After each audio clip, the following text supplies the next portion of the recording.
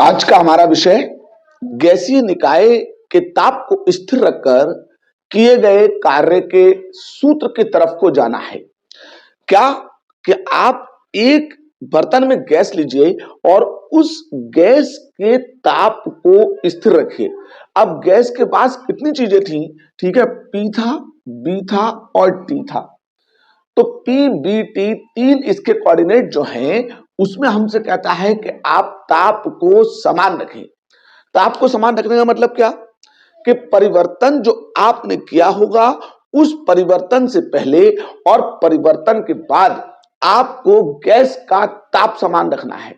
तो जब ताप समान रखकर हम किसी गैसीय निकाय पर कार्य करते हैं तो फिर वो हमारा समतापीय प्रक्रम में किया गया कार्य कहलाता है।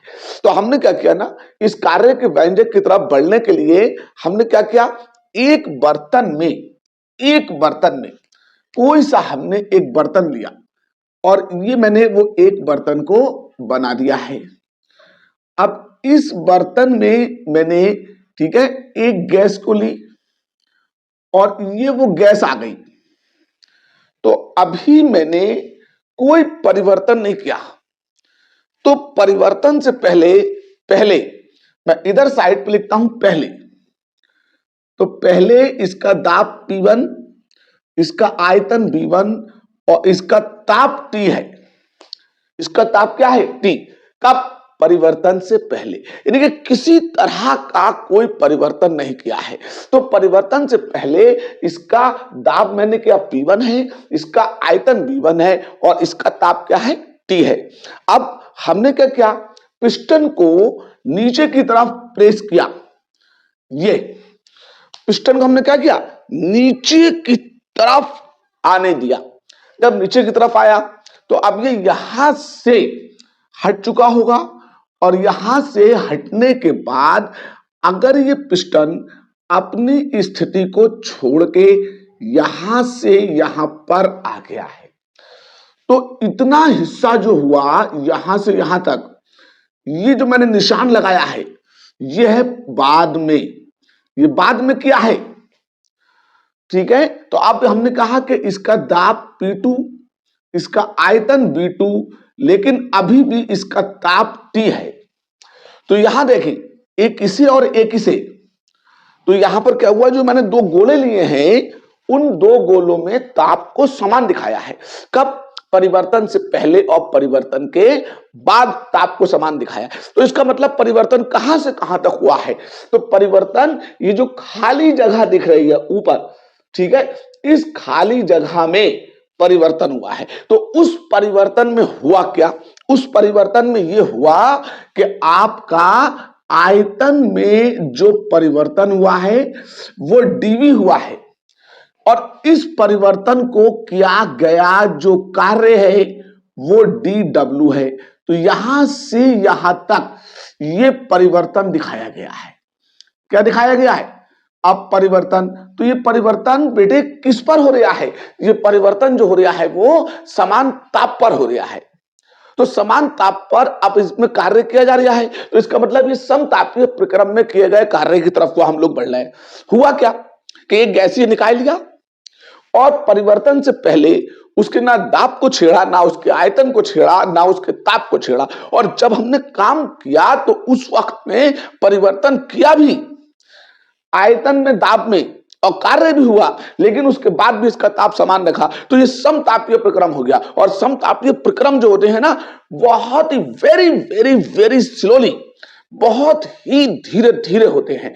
धीरे धीरे होने की वजह से क्या होता है, उनका ताप समान रहता है। अगर उनके अंदर ऊष्मा बढ़ जाती है तो बढ़ी हुई ऊष्मा को वो एटमॉस्फेयर यानी कि वातावरण को दे देते हैं, और अगर उनकी ऊष्मा कम हो जाती है तो कम हुई ऊष्मा को वातावरण से ले लेते हैं। इस तरीके से धीरे धीरे करने से वो समय मिल जाता है जिस समय में वो अपने ताप को समान रख लेते हैं। इसलिए समतापीय प्रक्रम जो होते हैं बहुत धीरे धीरे किए जाते हैं। अब हम कार्य की तरफ बढ़ते हैं। तो देखिए, कार्य का सूत्र गैसीय निकाय पर या गैसीय निकाय द्वारा जो कार्य होता है वो कार्य, ठीक है, तो वो कार्य जो होता है दाब और गुणा आयतन में परिवर्तन होता है।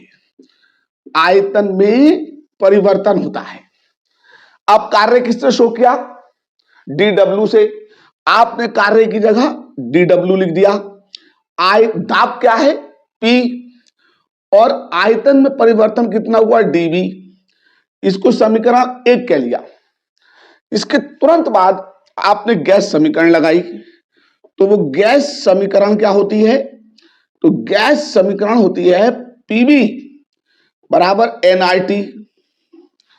अब यहां से आप P के मान को निकालें, तो P बराबर nRT अपॉन में V आ गया। इसको 2 कह लिया। समीकरण 1 से P का मान उठाएं और 2 में रखें। तो जब समीकरण 1 से आप P के मान को उठा के 2 में रखेंगे, तो समीकरण 1 व 2 से P के मान को उठाएं और यहां पर रख दें, तो क्या गया? कार्य जो dw होगा, तो वो P की जगह पर तो nRT अपॉन में V और dV। अब देखिए, मैंने dw ऐसे रखा और nRT ऐसे रखा, dV के अपॉन में V पहुंचा दिया, और दोनों ओर अब क्या किया हमने? दोनों ओर समाकलित कर दिया इसे, यानी कि इसका इंटीग्रेशन समाकलन कर दिया। दोनों ओर समाकलन करने पर, और समाकलन क्या? इसका विस्तार किया है।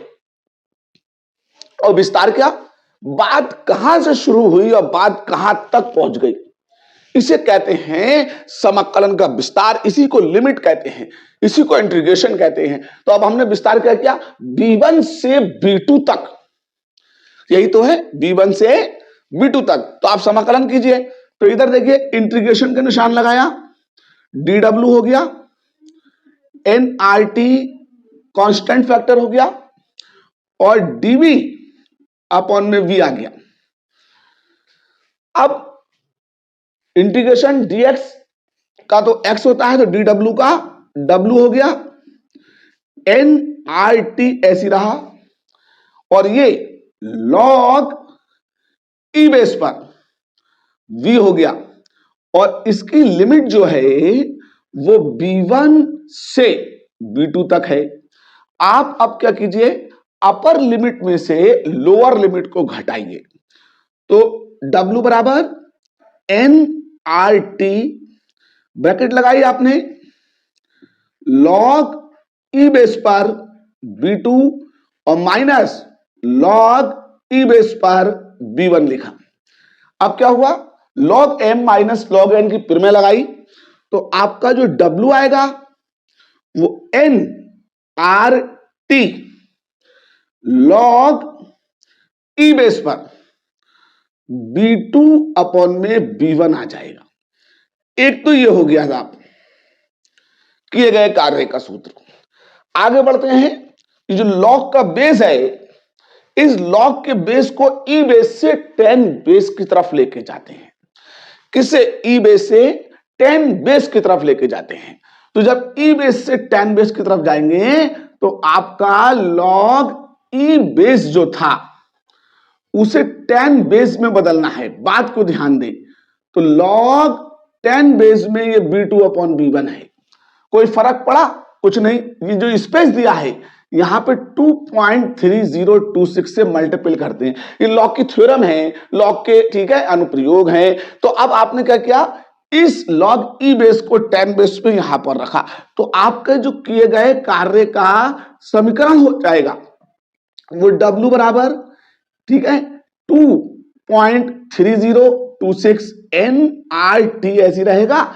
अब log का जो बेस यहां पर e था उस बेस को 10 कर देंगे और B2 अपॉन में B1 आ जाएगा। तो ये जो आपका आया ठीक है, ये भी समतापीय प्रक्रम में किया गया कार्य है।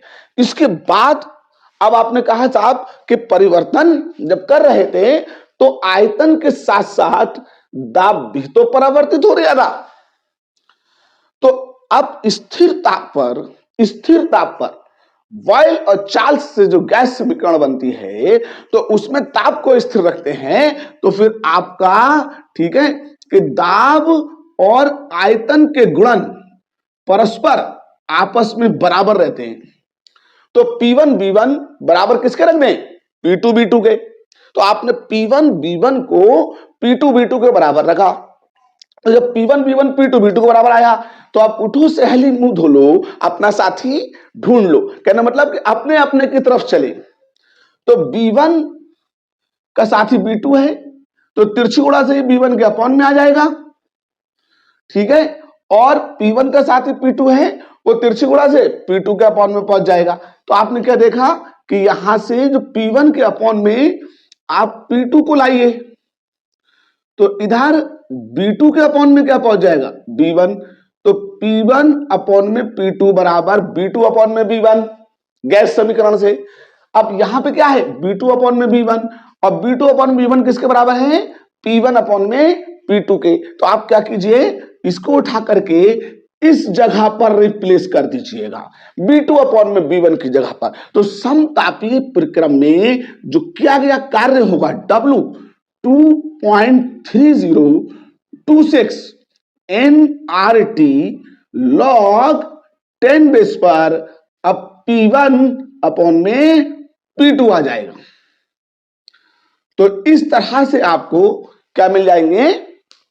किसी गैसीय निकाय पर, ठीक है, या किसी गैसीय निकाय द्वारा ताप को समान रखकर जो कार्य होते हैं, तो समतापीय प्रक्रम में किए गए कार्य के आपको समीकरण मिल जाएंगे। तो उम्मीद करता हूं कि समतापीय प्रक्रम में किए गए कार्य को आपने बहुत ही अच्छी तरीके से, बहुत आसान और सरल तरीके से सीख लिया है। एक बार इसको बढ़िया करके प्रैक्टिस करेंगे तो जीवन भर ये आपके दिमाग से निकलने वाला तो है नहीं।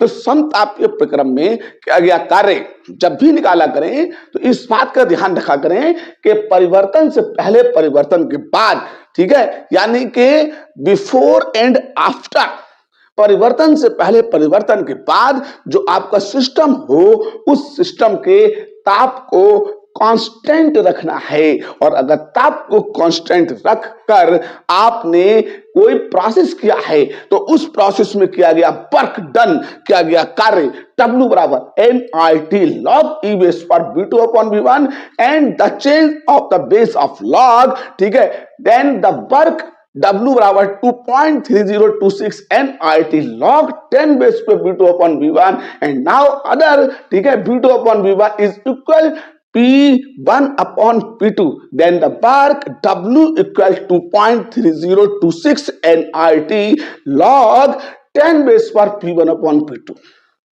तो इस तरीके से आपको क्या हो जाएगा, किसी भी गैसीय निकाय पर समतापीय प्रक्रम में किए गए कार्य का फाइनल समीकरण मिल जाएगा।